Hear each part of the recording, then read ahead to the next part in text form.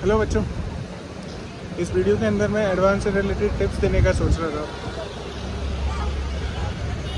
इस टाइम पे सबसे ज़्यादा ज़रूरी चीज़ जो है वो है टेस्ट और एनालिसिस। जेई के जो टेस्ट हैं आपके 2007 से लेके 2024 तक particularly, these are very important test. रफली यू कैन से 18 टेस्ट हैं। जितना ज़्यादा आप इन्हें दोगे उतना ही अच्छे से आप जेई को फील कर सकते हो कि जेई के अंदर होता क्या है, वो लोग क्या चाहते हैं हमसे, क्या एक्सपेक्टेशंस रहती हैं उनकी, और हमें कितना करना चाहिए उसके अंदर। ये सारी चीज़ें आप यहाँ पे समझ सकते हो। तो टेस्ट से सारी चीज़ें आपको ऐसे समझ में आएंगी। तो टेस्ट जितना ज़्यादा दे सकते हो देने की कोशिश करो। अब इसके अंदर टेस्ट के को देना कैसे चाहिए, that is also very important. पहले एक टारगेट रखो आप, और ऑलमोस्ट डेली एक टेस्ट दोगे तो कुछ टारगेट आपके प्लान में, आपके दिमाग में रहना चाहिए। जैसे मैं चलो 360 का भी है टेस्ट, तो कुछ तो प्लान रखूँगा। जैसे चलो 170 का मेरे दिमाग में आया स्कोर कि चलो इतना लाते हैं, जो कि काफ़ी अच्छा स्कोर रहेगा। 1000 नहीं तो 2000 नहीं तो 3000 की रैंक आ जाती है। मतलब 3000 तो बहुत ज़्यादा बोल दिया मैंने, कम ही आएंगे उससे अच्छी, मतलब से 1000 के आसपास या 2000 के आसपास पक्का आ जाती है इतने पे रैंक। तो अगर मैं 170 लाने का प्लान कर रहा हूँ तो अब मैं वो लाऊंगा कैसे। तीनों सब्जेक्ट के अंदर बराबर बराबर लाने की तो कोशिश करनी है नहीं आपको। तो कितना कितना लाना है अपनी स्ट्रेंथ के हिसाब से आप समझ सकते हो। किसी का फिजिक्स अच्छा है, किसी का केमिस्ट्री, किसी का मैथ्स अच्छा। तो तुम जैसे generally chemistry high scoring subject रहता है, तो केमिस्ट्री में प्लान कर सकते हो तुम कि मैं चलो केमिस्ट्री में 80 मार्क्स लाने की कोशिश करूँगा। ठीक है, 120 में से 80 मार्क्स काफ़ी रीजनेबल टारगेट है केमिस्ट्री के अंदर। बहुत नॉर्मल है, कोई बहुत हाई फंडा चीज़ नहीं है। आप 1 घंटे का टेस्ट होता है पर सब्जेक्ट अगर देखें तो तुमसे रफली 40-45 मिनट्स दो दोनों पेपर के अंदर, तो आराम से आ जाएगा उतना 80 तक का स्कोर। और फिज़िक्स के अंदर मान लो मेरा नेक्स्ट मीडियम लेवल है, तो फिर मैं अगला टारगेट फिज़िक्स में करूँगा कि फिज़िक्स के अंदर से 60 मार्क्स लाने या 70। अगेन तुम अपनी स्ट्रेंथ के हिसाब से कम ज़्यादा जैसा करना है। मतलब फिज़िक्स में भी मैं आपको बोल दूँ 80-90 लाना काफ़ी नॉर्मल है अगर आप बहुत अच्छे से सीखे हो उसे तो।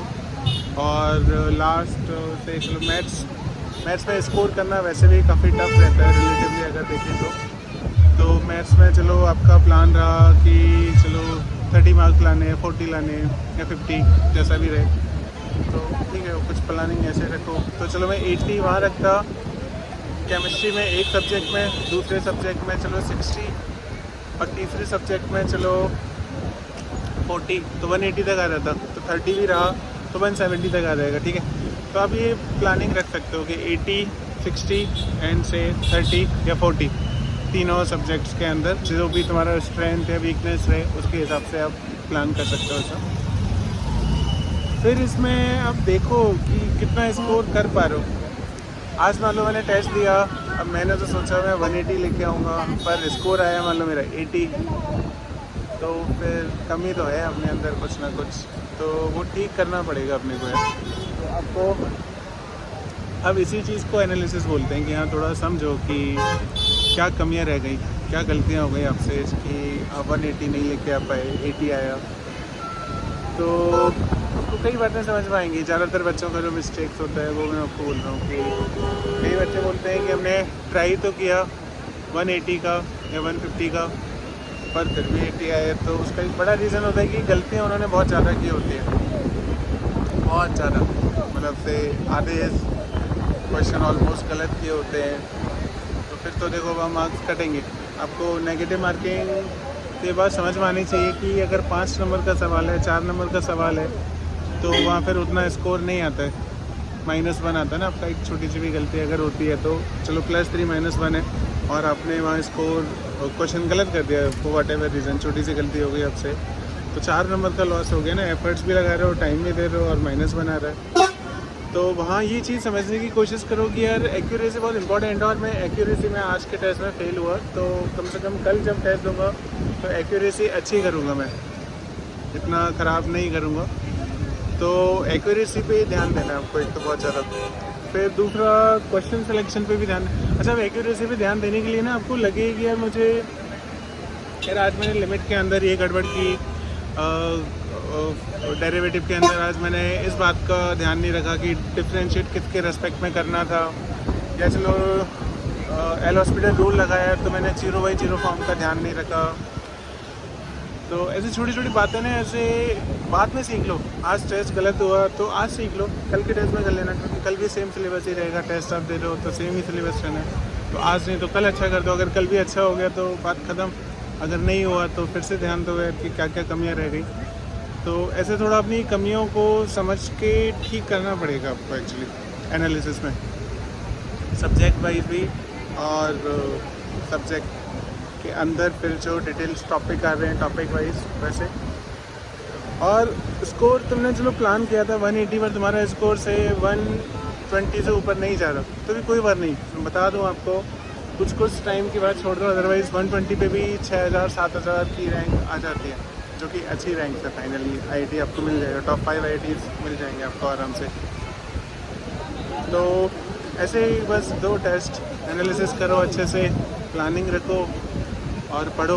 अच्छा, और इस टाइम पे आप पढ़ाई कम से कम ना 12 घंटा पढ़ो, मतलब 6 घंटा टेस्ट दो और 6 घंटा फिर आपका ये एनालिसिस और प्रैक्टिस, इसमें जो भी छोटा मोटा आपको ठीक करना है वो ठीक करने का प्लानिंग, एक माइंड में करेक्शन आना चाहिए ना, आज का टेस्ट मैंने ऐसा गलत किया, कल मैं ऐसा दूंगा तो अच्छा जाएगा।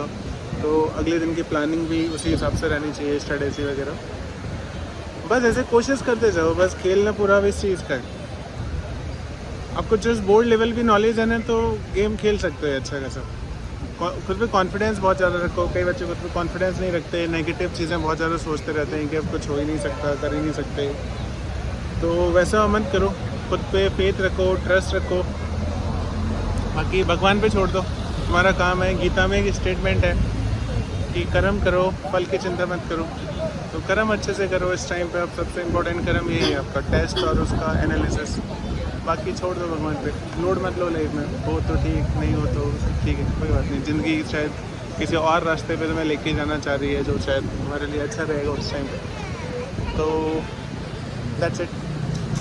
नहीं, मैं बोलना चाहूँगा अभी टेस्ट एनालिसिस और उसके हिसाब से करेक्शन, और डेली ऑलमोस्ट 1 टेस्ट, 6 घंटे का टेस्ट, 9 से 12, 2 से 5। तो बस इतना ही। Thank you very much, good night, take care.